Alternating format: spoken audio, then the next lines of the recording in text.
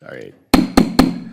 All right, good morning. This is the July 9th, 2024 Cottage Grove Economic Development Authority meeting, which I'm calling to order. Little change for us this morning. The next one is we're going to do the Pledge of Allegiance, so if you please rise. I pledge allegiance to the flag of the United States of America and to the republic for which it stands, one nation, under God, indivisible, with liberty and justice for all. All right, and will Tammy do the roll, please? Commissioner Scott? Here. Commissioner Carey? Here. Commissioner Myers? Here. Commissioner John Baptiste? Commissioner Cheetah? Councilmember Olson? Here. Mayor Bailey? Here. All right, next is number 4, which is approval of the minutes. We do have one, which is a 4.1, which is approval of the 4/9/2024 regular meeting minutes. If there were no changes or corrections, we'll need a motion and a second, please. Move to approve. We have a motion by Councilmember Olson, I'll second that motion. second by EDA member Meyer. Any further discussion?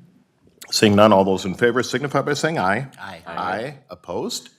Motion carries. Then we go to presentations. Our first presentation this morning is what we like to call the LOST. I hate that acronym, but I'll let Zach, our public work, I almost promoted you again. Yeah, right. Parks and Rec Director, Zach Doctor, is going to kind of walk us through this upcoming plan for our parks, which has the local option sales tax. So Zach, take it away.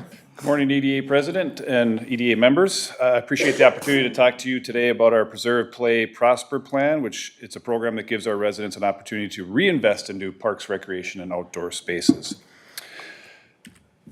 Parks and recreation is definitely a point of pride in Cottage Grove, and if you haven't been out and about this summer, I challenge you to go to any park, and all of our parks are getting used, and they're getting used a lot. And that usage just continues to grow as the community grows as well. But we also see it in all of our surveys and all of our communication with the residents that people appreciate and love their park and recreation system. But it's getting harder and harder to fund large capital investments each year. Cost of projects go up. The growth of the community means we're investing into new areas as well. But I will say that we've always been very proud of the fact that we maintain what we have as well. So if you travel out in the parks and the trails and the open space, you'll see that we do a very good job, thanks to the council's commitment to making sure that we're taking care of all the acreage and all the equipment we have out in the parks today. So it's been 40 years since we've had a voter-approved referendum, so it's been a long time since we've made a single large investment into multiple park spaces like we have here with voter approval. So it's been quite a while. And I want to make sure people understand that this isn't a knee-jerk response to a funding need. So we spent over 18 months, actually closer to 2 years, studying what our community wanted to see in its future recreational system. And what we found through all these surveys and trying to connect with the community was that our residents want new and improved recreation opportunities for people of all ages, preservation of natural habitat, enhanced connection to parks and nature. Now, those are broad statements. There's a whole bunch of things that fall below that, specifics like playgrounds or ball fields or whatever it might be. But that's kind of the broad picture of what people want. And then we took the list of all the things that we heard all the items that we heard people say that they wanted, and then we tried to condense it and fit them into the park system that we have today. So the result of that effort brings us to this Preserve, Play, Prosper plan, which is to propose to invest $36 million to renovate and revitalize our parks, recreational offerings, and outdoor spaces. There's 3 key projects. There's the Hamlet Park, Mississippi Dunes Park, and then River Oaks Golf Course and Events Center. Starting with Hamlet Park. Hamlet is our oldest and largest park in Cottage Grove. Obviously, we've invested a lot into Cottage Grove over the past 50 years, but since 1984, we haven't had a large single investment into kind of the entire park itself. So Hamlet Park is typically split into, I'm going to start with this. The proposed plan would invest $17 million into upgrading the play equipment, building a new 4-season recreational building, installing a small splash pad, recreating the skateboard park, Building an amphitheater, creating an art walk, sculpture garden with benches and informational kiosk, adding using synthetic turf, replacing the natural turf that is on that current football soccer field, and finishing in the South Ballpark Complex. So right now we built the 2 ball fields over the last 5 or 6 years. We would add the last 2 ball fields on the south side of that. And then that includes adding the 3rd parking lot, the entry road, the trails and landscaping. So now the park from north to south is essentially complete. So some imagery, as I was alluding to earlier, Hamlet Park is kind of split into the north, the central hub, and then the south. The south part is the ball field complex. The central hub, which is pictured on your left here, that's where it shows kind of the main area. That's probably what you're most familiar with today. The reinvestment of those areas with the amphitheater, the skateboard park, and those items. And then the north is the trail entry off of Grange and 80th Street. So we would enhance that area. That would be kind of where that art area would be, as well as the a lot of landscaping to promote the north end trail entry.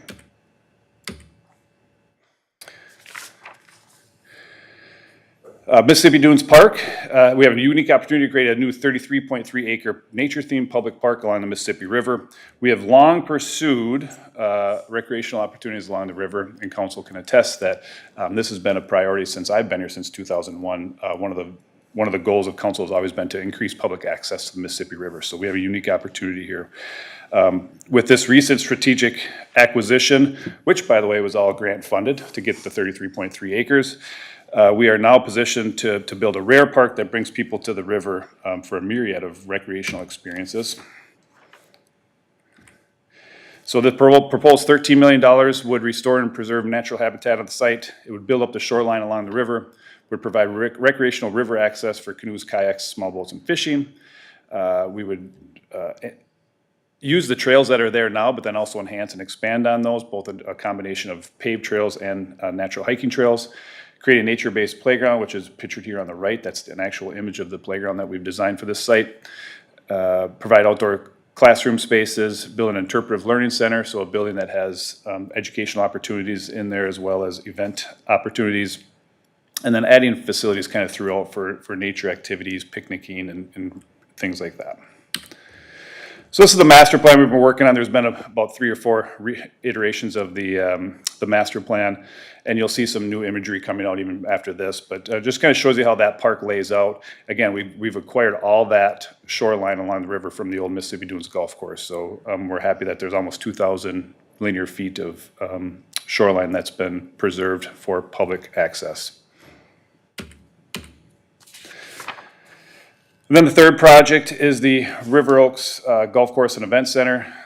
We have the opportunity to make this a year-round recreational, multi-use recreation destination for families and people of all ages. And I just want to make sure I'm going to lead off with, this is not about this is not about growing the game of golf. This is about doing everything other than golf for the most part at River Oaks to try to get people down there. It is a point of pride in the community. People use it for all sorts of reasons, whether it's weddings, events, golf, bocce ball, bags tournaments, or whatever it might be. So there's a bunch of different ways to use River Oaks, and we're trying to increase that opportunity. So the proposed $6 million plan in the River Oaks would be install a multi-sport simulators. So as the picture shows on the right, it's not just for golf. It could be used for golf, soccer, hockey. I think there's even zombie shooting and things like that. And that would be an indoor opportunity for residents, visitors, and families. At a pickleball event court, create a new winter mountain biking course, upgrade the building, connecting the 2 buildings. Right now, there's a separation between the 2 buildings. We would connect that building and make that one whole building. Enhance the patio dining area. Obviously, the patio is a selling point for River Oaks that overlooks the river. And then build a 9-hole Himalayan putting green course designed for all skill levels. So instead of a mini putt course, this would be more of a challenging. It's a bunch of moguls on a putting green, and then you can play different games and have different experiences there, and it's all free to the public. So this is an image of what the building might look like on the 2 pictures on the right when it's all connected and enhancing the patio. There'll be more imagery coming out to try to show what that looks like as well. And then the event center, the court would align next to the bocce ball courts, and that could be used multi-purpose. You could have weddings on that, you could have small concerts on that, you could have the pickleball tournaments on that, lots of different things you can do. I do get the question about the golf course and the noise with the pickleballs. There's a little water feature in there that we put in there to try to kind of drown out some of the sound of the pickleball courts. But there's also, there's balls that you can use that deaden the sound a little bit. There's screens that you can put up and different things that you can do to mitigate sound as well. But the golf course staff is extremely excited about that, and they don't see concerns with that noise. And then a picture of the Himalayan green on the bottom left shows how that lays out next to the clubhouse.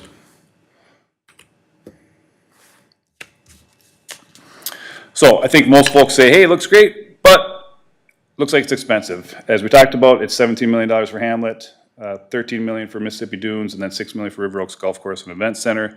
But we've studied a myriad of ways to try to come up with a plan that pays for all that. And we've landed on this idea of the local option sales tax, which the mayor kicked off this presentation with. It would result in a 0.5% sales tax increase on any purchases made in Cottage Grove that qualify under the sales tax law.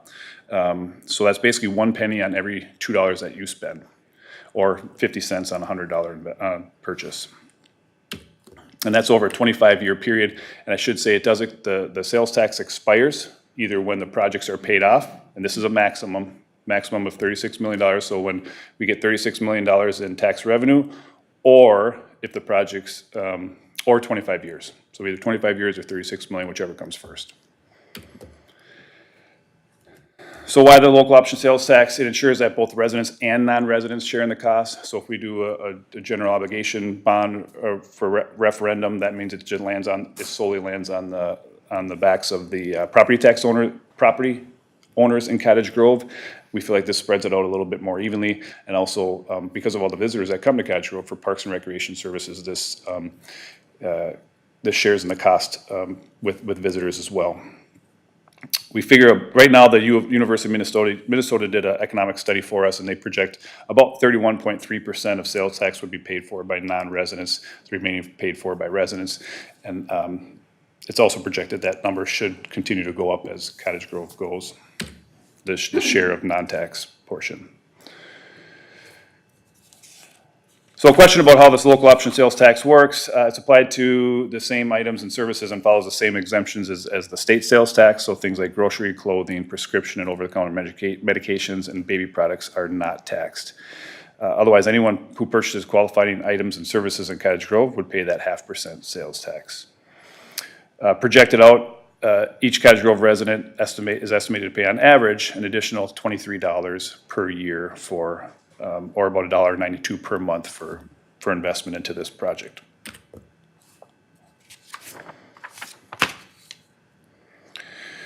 So this is where I do want to highlight that the state, you do need to have state authority to go to referendum on here. So, and part of that requirement is that, and we do have that authority to do that.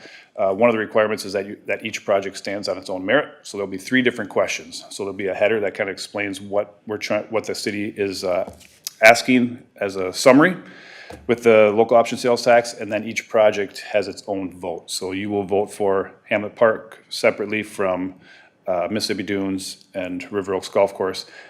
The key is, if one of those projects pass, it's a 0.5% sales tax increase. If 2 or 3 pass, it's still a 0.5% sales tax increase. So no matter, if 1, 2, or 3 go, it's a 0.5% sales tax increase. If just one of the project goes and it's 0.5% sales tax increase, obviously we would generate that revenue sooner, and obviously the tax would probably fall off sooner as well. So that's how that works. And if none of them pass, then there is no sales tax increase. The key here is that we want to get people to the website. We've spent a lot of time, energy, and effort building the website. It's very informative, has frequently asked questions, a lot of detail on the park projects, and the imagery is being updated almost weekly. And as we get questions from the public, we're trying to make sure that those get put on the website. There's a ton of information out there. So as you guys talk with community members or you're visiting with people and they have questions, I would say get them to the website because there's a ton of information there. And then of course, call us. There's no secrets. Everything's on the table. we'll answer any questions that come our way, but at the end of the day, it's up to the voters to decide on how they'd like to see this referendum go. And the date, early voting begins Friday, September 20th, and election day is Tuesday, November 5th. With that, I will stand for questions. All right, thank you, Zach, for presenting. I know Councilmember Vice President Olson and I have heard this a few times, so that's good, though. So the rest of you, is there any particular questions that you have at this point for Zach on this project or on this proposal? Yes, Mr. Cheetah. Where would this put us for sales tax wise amongst our neighbors? Like, what is Woodbury doing? What is Hastings doing, et cetera? Like, So, very good question, Mr. Cheetah. There's actually, on the website, there's a really good map on there right now that shows the local option sales tax that are being charged in other communities. So as an example, I think St. Paul's at 1.5. Woodbury is currently going to referendum for a 0.5% sales tax to fund their public safety facility. Oakdale has one in place. Golden Valley has one. Bloomington has one in place. So there's a good map that kind of shows where we would fit in that. So there's a whole bunch of communities that already charge a sales tax, typically 0.5 and up. And then there's a bunch of communities that are pending. So I gave you a few examples, but that map shows, I would direct you to the website to get better data. fair enough. Yeah, I know St. Paul's is like the highest in the entire state, and they keep adding more of them. So. Yeah. Yeah, no, and in this particular case, the other question I sometimes hear, and I know, Zach, you've heard this too, is, well, what if none of them pass? Obviously, personally speaking, I hope they all pass, but if none of them pass, what happens with these projects? And the answer really is, it'd be the same as we've been doing for, many years at Hamlet, as an example. Things would we put them on our capital improvements plan. Slowly but surely, the items would get built over many years. And the purpose behind this is we've heard what our public is asking, the citizens are asking us. So this is an opportunity for us to kind of, I'll say, hit the ground running and get these projects completed. Frankly, Hamlet's been worked on for a very long time, but we just kind of itch away at it. That's fine if that's how we've decided to do it over the years.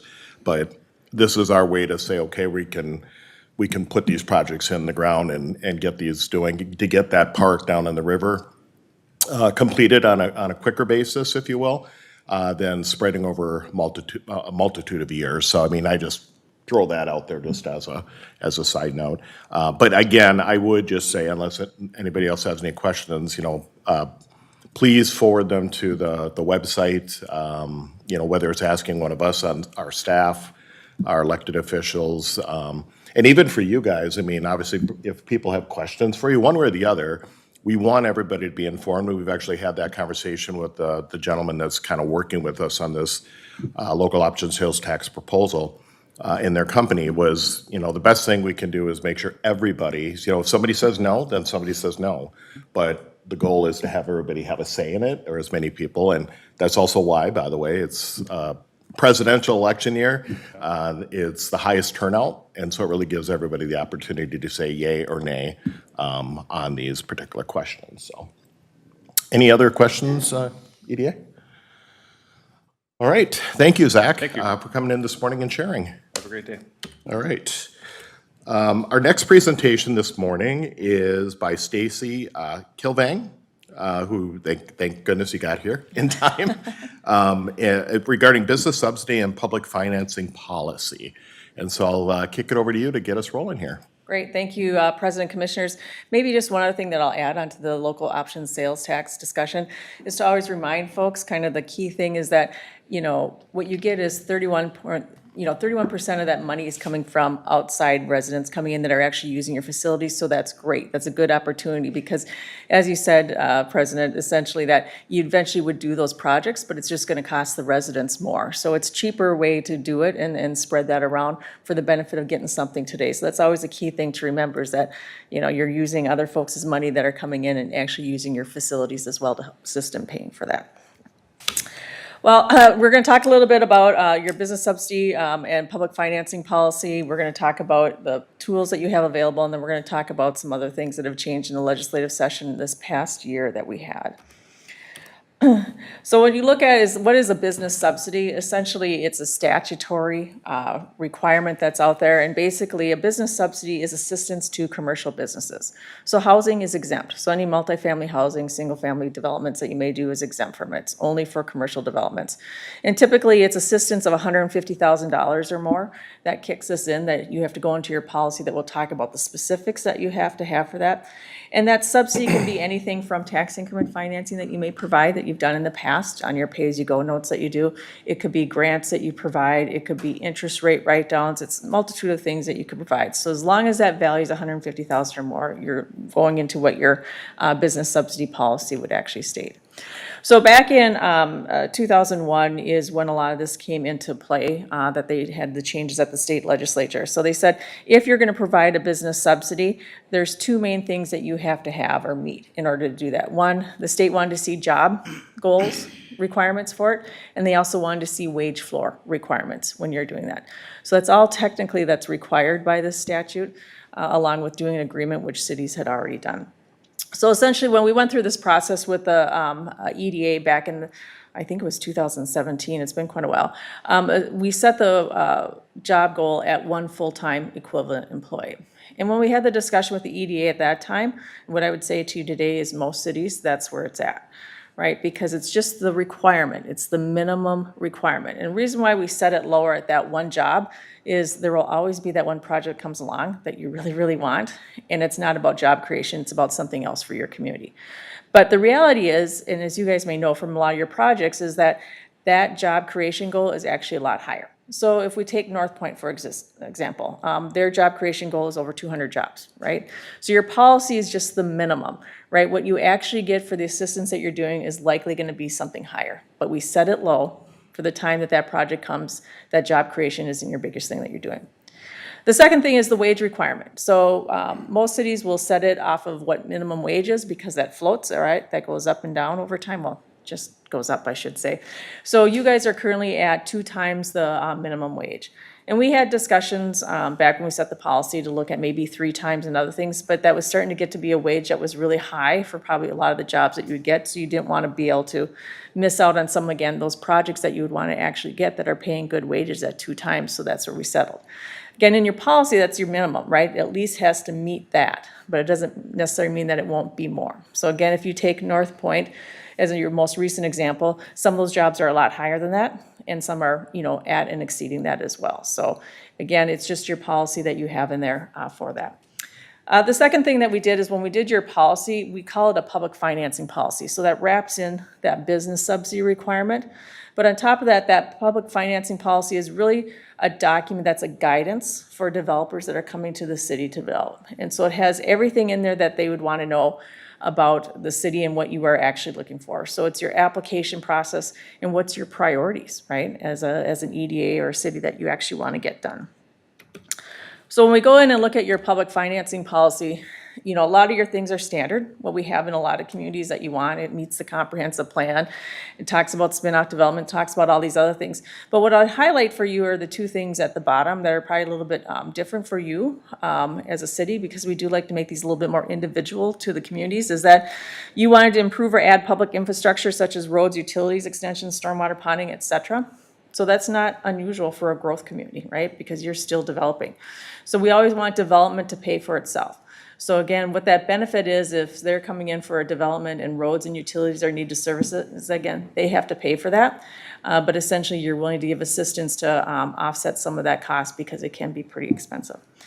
And then you wanted to establish business interests that add to the diversity of the city's offerings. So again, when you're looking at some of it, what you're saying is that we have certain users here or office warehouse, we want to diversify. So that's kind of a key priority that we have is let's not just do all the same. We want to be able to build into what we have for businesses and service and commerce that is here in our community.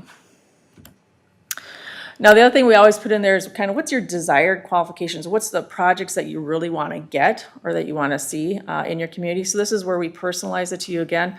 And so the big 4 that you guys had last time was anything in your business park, the Gateway North District, Cottage View District, and then Langdon along the portion of West Point Douglas Road, including the Majestic Ballroom, which will get redeveloped someday.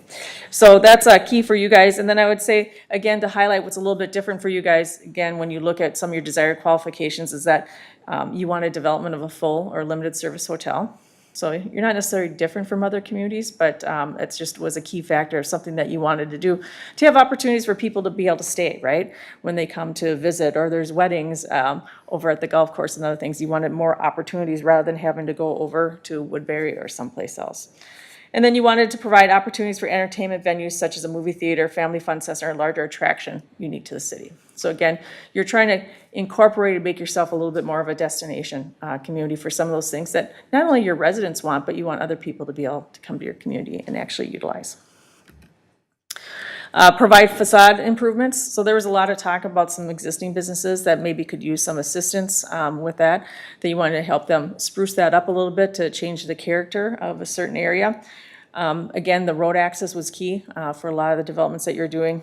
And then you wanted to actually provide opportunities for some small businesses. So let's not forget about the little guys that may eventually become the middle-sized guys or the big guys, right? So you want to have opportunities for those smaller businesses to be able to come to the community and grow here with you. So what tools do we have when you're going to give incentives, right? To try and draw these kinds of uses or developments that you have in. So the big two that you always use are tax increment or tax abatement, and they're kind of the same. So as you recall, tax increment financing is that you've got a project or property that's paying property taxes at this level. It's got a certain value. But when you come in and you develop or redevelop, the value's up here and you're paying more taxes. So that tax increment that's available is the difference between current taxes and future taxes. Okay? There's little nuances with that with commercial because we have certain taxes that aren't available, but essentially that is what is available. Now, when you create a tax increment district, you have final say and authority. County can't say no, school district can't say no. It's all encompassed because the goal is development or redevelopment. So for you, when you're creating some of your economic development districts that you've done, it's about jobs. Okay, that's what you're creating. Your redevelopment, which you had a couple, it's about getting rid of blight and changing that end use. And then also you've done some for affordable housing as well. You've done the Dominion projects, which were the senior housing facilities. You've got the ROARs that we just approved not long ago here as well. But the difference with tax abatement, we treat it just like we do tax increment. You know, it's that increased taxes that they're paying.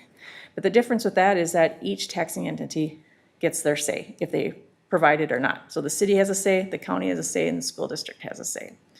And traditionally what we find throughout the metro is that when you do tax abatement, it's usually only the city that participates. The school will participate if it's housing, right? Especially roads and development for single family development because that means more kids, which means more money for the school. So they're happy to do it. And the county will sometimes, again, if it's about a big job driver or creation or something that meets their standards that they have for economic development within the county as a whole. Other things that you can do, obviously grants, you know, so any project that comes in, staff is always looking to see what grants are out there because we're always trying to find funds to augment, so it's just not the city that's participating out there. You can also do loans, so as an EDA, you could have a revolving loan fund, and you've done some of this through some state funds that you've got as well, that you can provide to a business to either get as a startup or to create more jobs and do some other things. That again, we try to recycle any funds that you have to get them out in the community working. We do it as a loan. We receive some of that back so that we can then put it back to work in the community actually again. And then we're going to talk about a little bit about the local affordable housing aid. That's a new tool that came out. So that's the 0.25% sales tax that's paid throughout the metro. That's available for affordable housing only. Your guys' allocation is about $125,000 for 2024 that you'll have here that's available.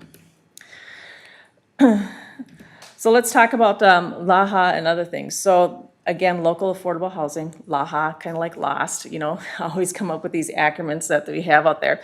So as we said, you got about $125,000 that you'll get in this aid.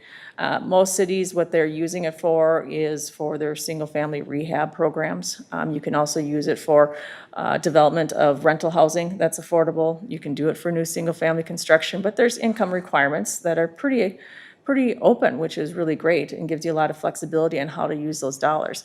But in 2024, the legislature put a couple parameters around that. They said, okay, we don't want you guys to now get this $125,000 and just use it as a levy reduction, right? So whatever you were doing for other housing programs before, you have to keep doing that. This is to supplement that. It's not to replace it, it's to supplement it. So what they're requiring is that you have to show the past 2 years what you've put forward for affordable housing. It could be your CDBG dollars, it could be your actual HRA levy, it could be city levy dollars, anything else that you've done. They want to see that because they want to make sure that in the next year when you spend it, that you just didn't take something else away. So you didn't spend $200,000 last year, and now that you have this, you're only spending $100,000. Again, it's supposed to supplement what you're actually doing out there at the end of the day. I think the big thing, it'll be challenging for the counties because they're going to have to really consult with the cities to see what they're doing to make sure, because they have a big portion of the allocation that they're going to be putting to work in the communities countywide as well. The other big change was affordable housing for tax credits. So there's a thing, as you guys recall, it's called low-income housing tax credits, which are federal tax credits that are available when you develop affordable rental housing. And essentially what they're saying now is that if in fact you go through Minnesota Housing and you get a tax credit allocation, is now you have to pay prevailing wage on that. Okay, so this has been a big discussion at the legislature on a lot of things. They were actually talking about doing it if you actually give tax increment assistance as well. But essentially what it does is it increases costs by 10 to 15%. Okay, so well, what does that mean at the end of the day? Well, what that means at the end of the day is that those developers of the affordable housing and the tax credits are going to come to the local communities or others to ask for more money, right? It's going to cost us more. So it's kind of, it's cost prohibitive, it makes no sense. So it's already challenging to build and construct affordable housing because the rents are so much lower, right? It's hard to get the math to work. Well, now it's getting a little bit harder. So we've got to figure that out. So we've had a lot of communities, that do their own local prevailing wage ordinances in place. And some of the developments have struggled, or they're not getting the affordable housing at the level that they want. And some folks will say, well, it doesn't cost anything more to do this. Well, that's not a true statement. You talk to everyone, it's like, yes, you are paying 10 to 15%, or some cases 20%, depending on where you're located, that you're paying more for this. So it's something to be cognizant of. It's not, a good thing, it's not a bad thing, right? It's a local choice for some things, but again, for anything that's getting state funding and the federal tax credits, it's now an actual requirement. So what we see now happening is the development community is kind of stepping back and take a pause. So there are some developments that have already been through their entitlement process. They've already been awarded either their credits or they're in the process of it. That developers are stepping back going, not sure we're going to do this, right? So for some that are so far in the process, they're going back to those local communities going, we need X amount more now to make this work because of this requirement. And cities have that choice to say, yep, we'll dig some more and find some more assistance to provide you. Or they're like, we don't have anything, can we find it someplace else? So either projects may trickle and move forward, some are going to pause, and some just won't go forward at all.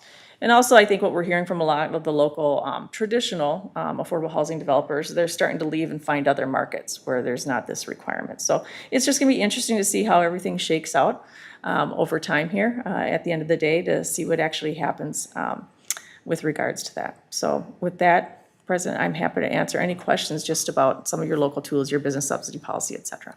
Fantastic. Thank you for the great information, Stacie. EDA members, any questions at this point? EDA Vice President Olson. Thanks, Stacie. Appreciate you being here this morning.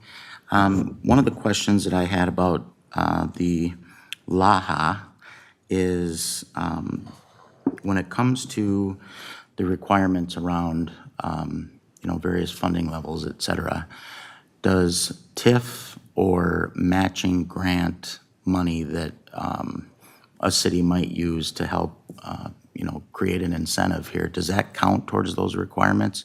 Or is it purely, for lack of a better phrase, whatever dollars you hand out to the developer?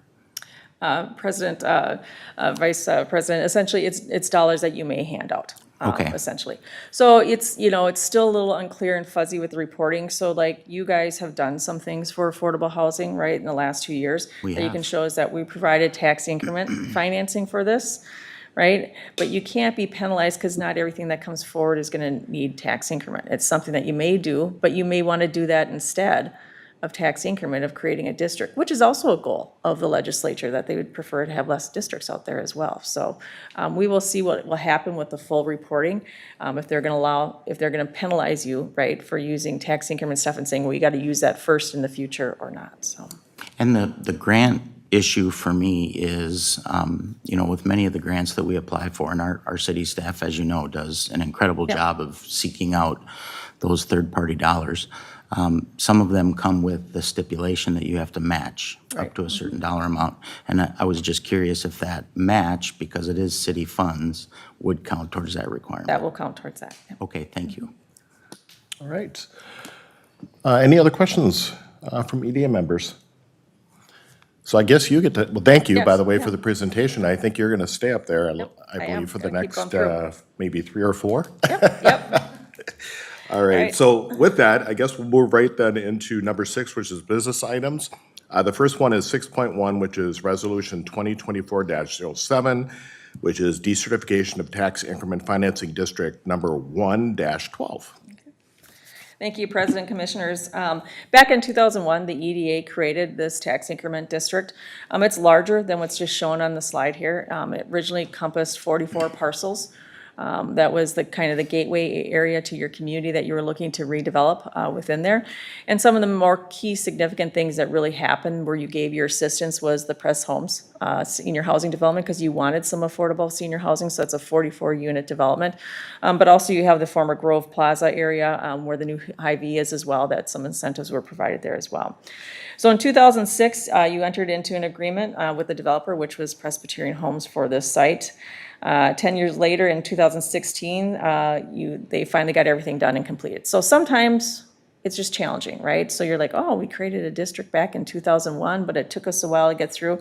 Yeah, sometimes it's hard to find the developer.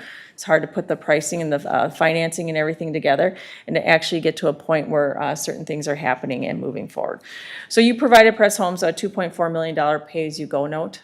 That's what we do for everything. So again, they pay their property taxes. You reimburse them twice a year as they pay those taxes for the improvements. And those improvements were mostly public improvements for roads and intersection and lighting improvements that were happening in the area, and somewhat to an extent for some of the affordable housing. So again, it's something that came forward. They were able to meet that, and you issued the actual note for that. The public improvements in the district included the roadways and waterways, that some of what we're seeing in the area. We got the first tax increment payment on that $2.4 million note was in 2017. The anticipated last payment was going to be in 2029. When the district is actually done, it's done at the end of 2028. So February 1 is our last 2028 payment that we actually get. And so when we do these, right, we're always setting up our assistance or our notes based upon what we know today for values, tax rates, et cetera. Well, what we're happy to say is that that obligation is actually going to be paid off here in August 1st of this year. So, 5 years earlier than what we anticipated, in that district now is going to be decertified early, which is required by statute. So once all your obligations are done, you have to decertify that district. So before you today is the resolution to decertify this district for taxes payable in 2025. Happy to answer any questions. Stacie, just real quick, just for the general public and that. So now that we're decertifying this tax increment financing district, what does that mean? Where do the tax dollars go now? Yeah, great question, President. Essentially, we have modeled this into your long-range financial management plan. So we're always looking at your districts and when they're going to be coming off. So what it means is that you have more tax capacity available to levy taxes over. So what you see is that, if everything stayed the same and you had more value to levy over, your tax rate would go down. Or you're using that captured amount that you have to actually do some other things in your community, and there's no difference to any of the taxpayers that are out there. So. Okay, perfect, thank you. EDA, any questions for Stacie on this item? If not, then I'll look for somebody there is a motion on the screen for decertification, if someone wants to take that, and then we'll need a second. Mayor, I'll move that we approve Resolution 2024-07, requesting decertification of Tax Increment Financing District 1-12, and direct EDA staff and consultants to take all actions required to decertify the TIF district for taxes payable in 2025. All right, so I have a motion by EDA Vice President Olson. Do I have a second? Second. Second by EDA Member Cheetah. Any further discussion? Seeing none, all those in favor signify by saying aye. Aye. Aye. Opposed? Motion carries. All right, now we'll move on to 6.2, which is Resolution 2024-8, Decertification of Tax Increment Financing District Number 1-18. And I'll recuse myself from this point. Thank you. All right. Thank you, President, Commissioners. This is for Modern Automotive that's located at 9800 Hemingway Avenue. In 2024, the district was decertified by the EDA, or you had an action before you to do this earlier. And once we were getting ready to complete all the decertification actions, we were reminded that we had an interfund loan that was outstanding for this district. So essentially, we are having you redo the the decertification resolution, because now it's going to be for taxes payable in 2025. So again, with this one, our August 1, 2024 payment will be the last payment on that interfund loan note, and then we will move it forward for decertification, just like we are with TIF District 1-12. So with that, President, I'm happy to stand for any questions. All right, thank you. Any questions on this one? All right, so again, on the screen is a recommendation. If somebody wants to take that on the, I can make the motion to approve Resolution 2024-8, requesting decertification of Tax Increment Financing District 1-18, and direct EDA staff and consultants to take all actions required to decertify the TIF district for taxes payable in 2025. all right, so I have a motion by EDA Member Meyer. Do I have a second? Second. Second by EDA Member Cheetah. Any further discussion? Seeing none, all those in favor signify by saying aye. Aye. Aye. Opposed? Motion carries. Thank you for that one. All right, next is 6.3, which is Resolution 2024-9, Tax Increment Revenue Note for NorthPoint PAYGO Cottage Grove Logistics Park. Thank you, Presidents, Commissioners. As you know, this is TIF District 1-20. This is a district that they are going to be developing upwards of 3.4 million square feet of industrial development. Originally, when you approved this district and the agreement for that, you were looking to give them assistance of about $12.1 million. That amount has been significantly reduced, and the reason being for that is because of the projections of timing for development. So they have currently finished Phase 1 as they're required under the agreement. On the modifications that we have, it's just under 800,000 square feet that's been developed out there. We've completed the look back, so all their qualified costs and everything have been certified. Public Works has signed off on the public improvements that have happened out there. So now we're at the point that it's an action item before you for us to actually issue that note.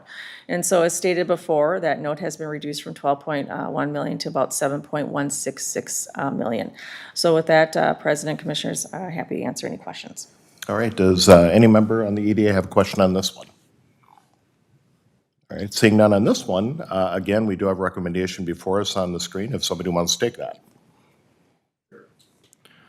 I move that we approve Resolution 2024-09, approving the issuance and providing the form, terms, covenants, and directions for the issuance of a taxable tax increment revenue note, Series 2024-B, in an aggregate principal amount not to exceed $7,166,000. All right, so we have a motion by EDA Member Cheetah. Do I have a second?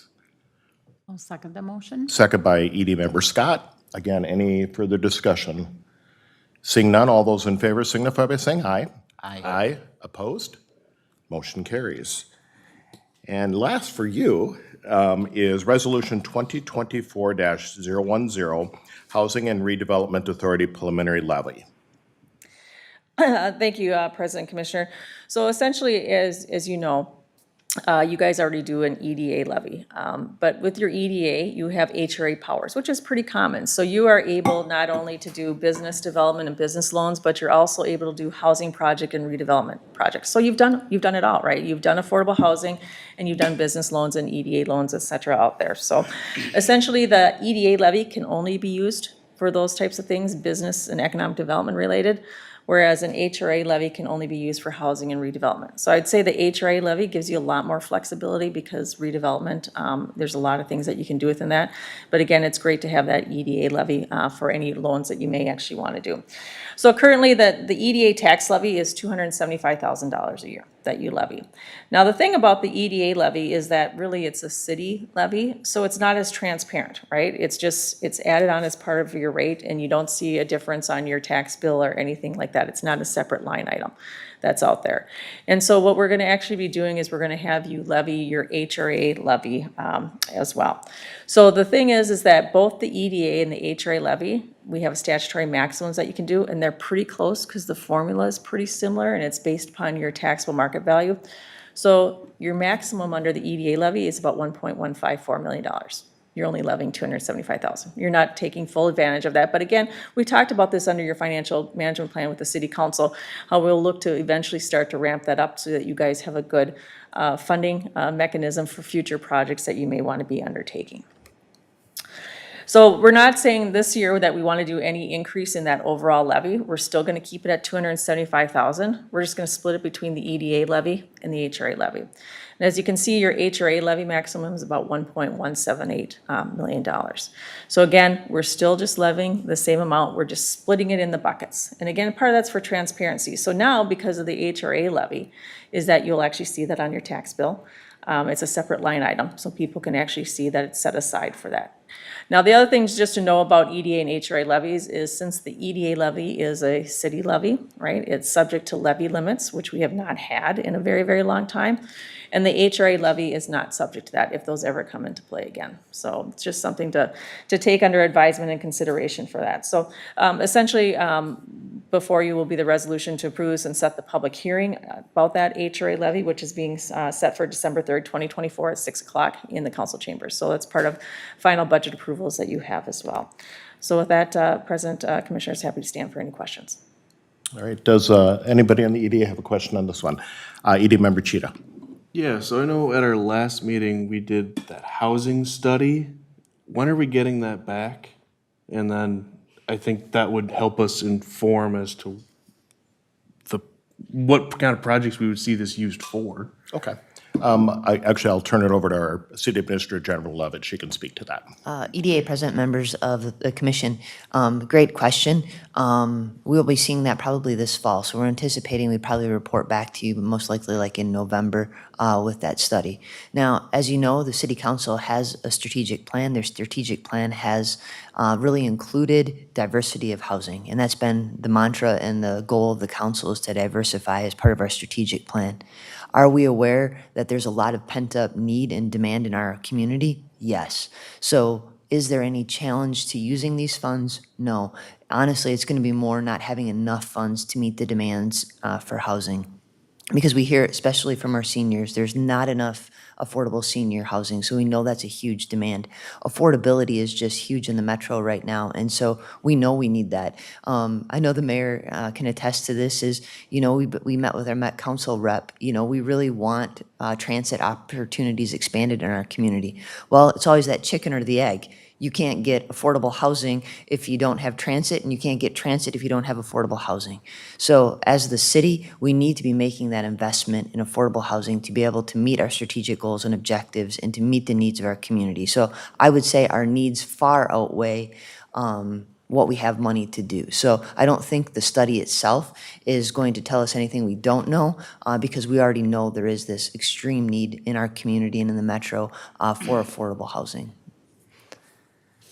Does that answer your question for you? Or? Yeah, no, that's great. And then can you remind us what kind of projects we'd be looking to do with this new levy? I mean, I know we did one project that kind of fit it earlier, but I mean, is I don't it know just multifamily affordable housing like that, or is it a greater scope that we can encompass with this? President, Commissioners, essentially your HRA levy and EDA levy dollars go into the pots and into the funds. And what those that can be used for is not only for projects, but it's also for staff and administration that you have out there as well.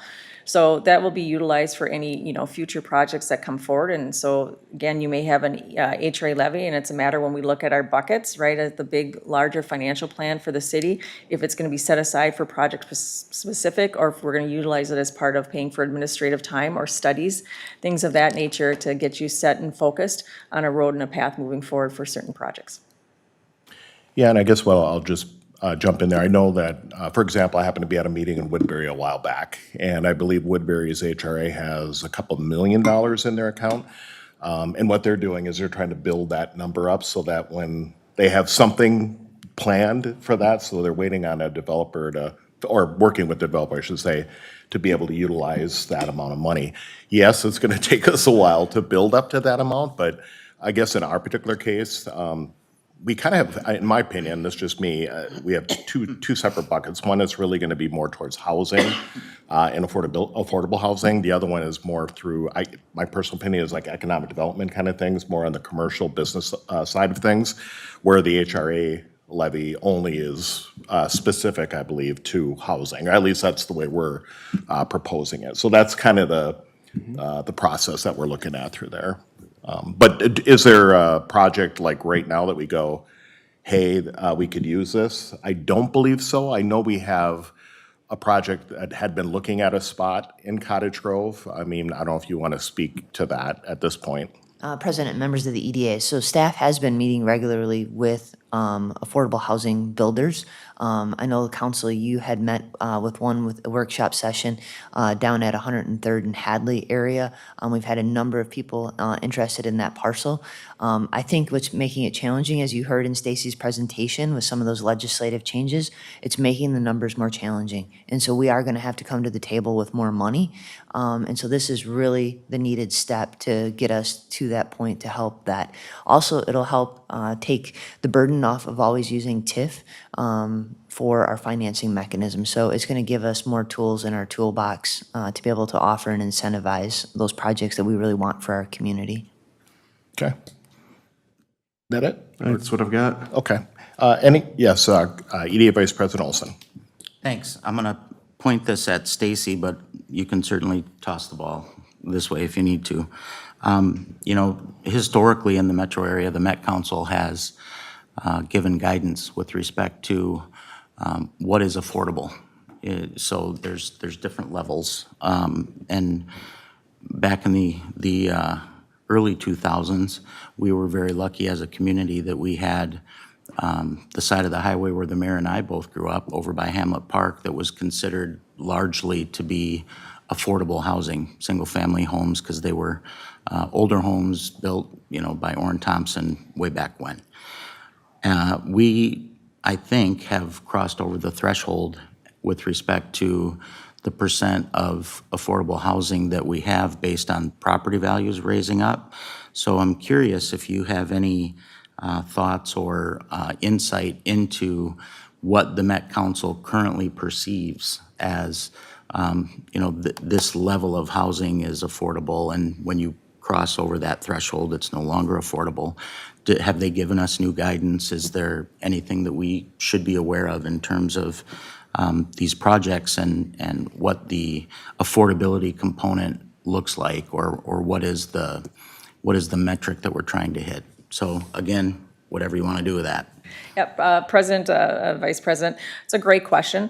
So the Met Council uses the same stats that the state uses and that local cities use, and it's what we use for tax increment financing. So HUD comes out every year in about April with what the statistical incomes are on the averages that you have, and they break that down into buckets of 30% AMI, 50% AMI, 60% AMI, 80% AMI.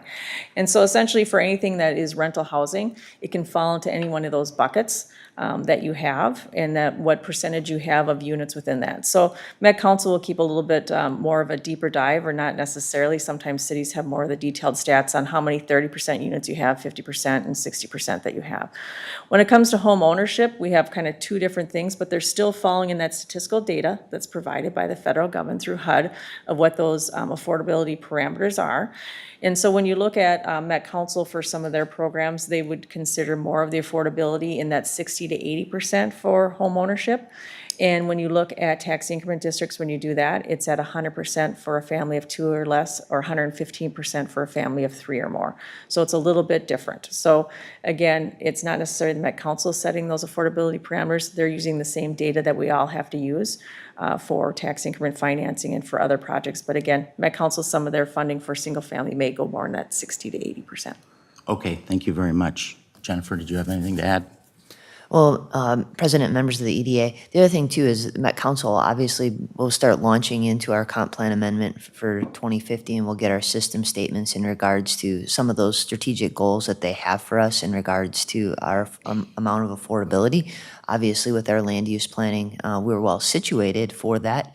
But unfortunately, it does come down to funding for us to be able to hit all of those goals that Met Council establishes for us. But we'll be getting our system statement soon, and we'll know what those targets and goals will be for our next comp plan amendment. Thank you. All right. Any other questions at this point for Stacie or staff? I'll just ask, I'm assuming, if you want to flip that back. There's two separate motions? Okay. So what we're looking at this point is a motion for the first bullet point, and then we'll do, in a second, and then we'll do the same thing for the call for public hearing. So is there somebody on the EDA that would like to make the first motion? I can make the first motion Okay. to approve the resolution 2024-10, authorizing a preliminary levy to be set on a taxable property of the city of Cottage Grove, Washington County, Minnesota for fiscal year 2025, a special benefit tax levy not to exceed $137,500 per the proposed 2025 budget on file with the city. All right, so I have a motion by EDA member Scott. Do I have a second? I'll second that motion. Second by EDA member Meyer. Any further discussion? Seeing none, all those in favor signify by saying aye. Aye. Aye. Opposed? No. Motion carries 4 to 5 to 1. 4 to 5 to 1. I have to do my counting here. And motion does pass. And then we have a second bullet point there for a motion and a second. Mayor, I'll move that we call for a public hearing to consider the adoption of the final levy to be held by the EDA at the regular meeting on December 3rd, 2024 at 6 p.m. All right, so I have a motion by EDA Vice President Olson. Do I have a second? I'll second the motion. Second by EDA member Scott. Again, any further discussion? Hearing none, all those in favor signify by saying aye. Aye. Aye. Opposed? No. Motion does pass 5 to 1. All right. Thank you, Stacie, by the way. Now we'll move on to 6.5, which is Beige Book and Development Update. And Gretchen is here to go through this. Thank Morning, you. everyone. It's a tough act to follow. Just real quick, we'll run through the last of the meeting with some updates. On the Beige Book, you have both April and May in your packets. They're reporting that employment prices and consumer spending grew slightly. Wage increases were moderate. Construction activity improved. Construction starts were higher, which is good news.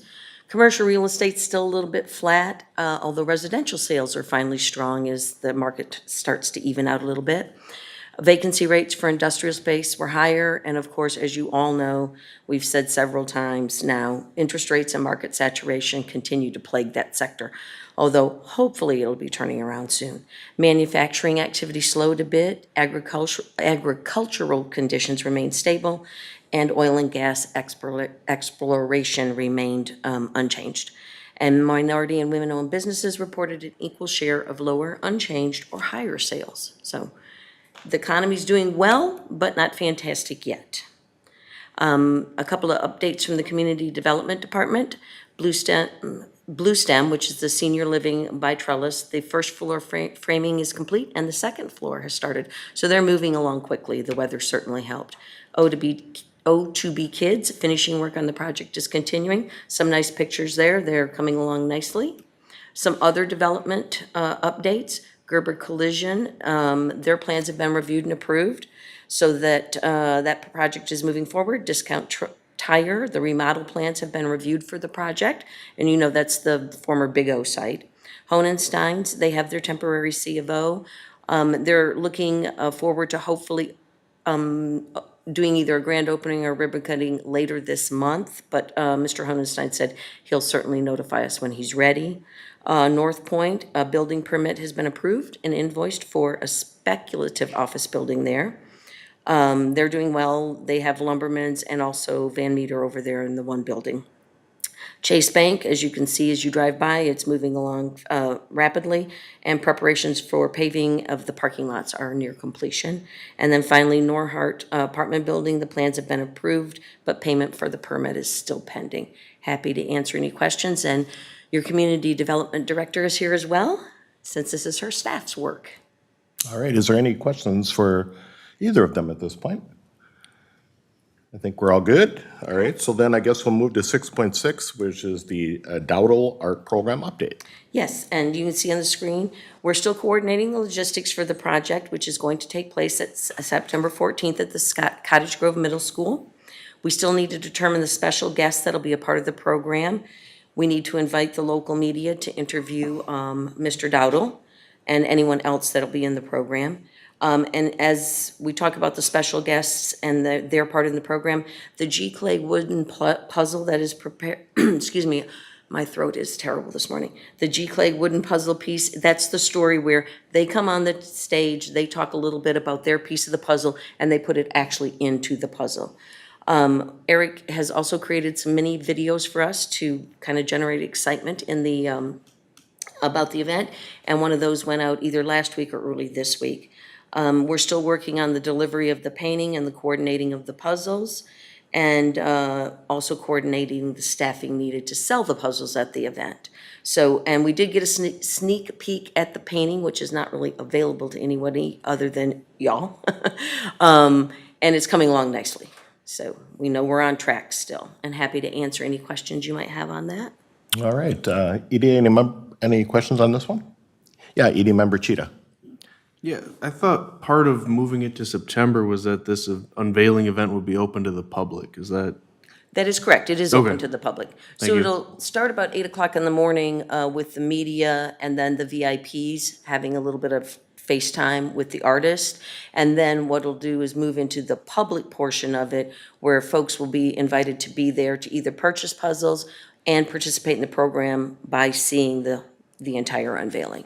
And then after that, we will hopefully take the artist over to the Food Truck Festival where he'll continue to sign and sell puzzles. Fair enough, thank you. Awesome. You bet. Thank you. Thanks for the clarification. Any other questions on this one? All right, thank you on that. And then we'll move to 6.7, which is Business Retention and Expansion Programs Update. Thank you. And on this, staff tours are taking place at area businesses. At some point, the EDA members will also be invited to those tours. We're just kind of starting it because part of what the discussions we had with the businesses was that they were interested in doing things maybe a little more informally on occasion, instead of always having to be some sort of production. So we started with, if the mayor and council know this, we started with, well, who the heck did we start with? Oh, Van Meter, sorry. Van Meter. And then we actually went over to Garden World as well. So those interested will be sending out invitations once we kind of figure out what the pattern is. And renewal by Anderson is supposed to be later this month. We're also working with the Chamber and Grow Minnesota on the draft survey questions. You all have had a chance to weigh in on them, and now we're using some more expertise since we joined the program to figure out what is the optimal number of questions to ask people. And can we make it a survey that's quick enough, short enough, and succinct enough that both small and large businesses will participate. Grow Minnesota, as part of that program, also agreed to analyze the surveys and join us in business interviews as well. And some of you have, as well as wanted to join in the interviews. Sorry, I'm having a hard time this morning. My voice is killing me. We hope to have the draft survey completed in July, distributed after the Labor Day holiday, give them 30 days to respond. And in order to encourage the business to take it, we came up with the idea of the chance to win a $250 gift certificate for like an after-hours team building event for the winner with their employees at River Oaks. And happy to answer any questions about that as well. So it's moving forward, but we're not quite finished yet. No, I was just, the only comment I'll mention then to see if the EDA has any comments or questions, but in these interviews, we are finding out some, I'll say, pretty exciting things, you know, whether it's businesses that want to continue to expand in Cottage Grove and are looking for us for guidance, or in another particular case, a business that has been expanding multiple times in our community. We were at the the golf outing for the swing for the scholarship for the ED, or for the chamber, to find out that they're already underspaced. In other words, they need more building. And so the good news for us is that we can start working with them on finding additional building opportunities within the city of Cottage Grove. What is the only other interesting thing is, that I thought personally, is in most of these cases, these businesses want to actually own the buildings. They don't necessarily want to lease. So yes, we've got one of those warehouses for or NorthPoint Logistics is fully filled now, correct? Lumberman's, I think, finished off the, Emily left, but I don't think Lumberman's, the deal there is finished. Okay. But they are interested in taking the the rest of it. Yeah, and then obviously Van Meter's got the rest of that. So we have the biggest building in that park there is still vacant at It's this still vacant, yes. There is a ton of interest in NorthPoint, but you're absolutely right, and the city administrator and the team have been working with all of the various businesses, because like anything, like Stacie presented, things change sometimes. Like NorthPoint always said they would never sell, and then they said, well, we'll think about it, right? And same thing with some saying, well, I just want to lease and I don't want to own it. Some of them have changed their mind as well, so all of those discussions are going on. Perfect. All right, any questions, EDA? All right, thank you, Gretchen. So with that, 7 on our agenda is public hearings, which we have none this morning. 8 is other business, which we don't have anything this morning. Workshop, we do not have this morning. And so we're all the way down to number 10 now, which is adjournment. So I'll look for a motion to adjourn. Move to adjourn. All right, so we have a motion by ED Vice President Olson. Do I have a second? I'll second the motion. Second by ED Member Scott. All those in favor signify by saying aye. Aye. Aye. Opposed? Motion carries. And I'll just mention, to note on the screen there, that our next EDA meeting will be in September on the 10th. So there will not be a meeting in August, okay? So we are adjourned.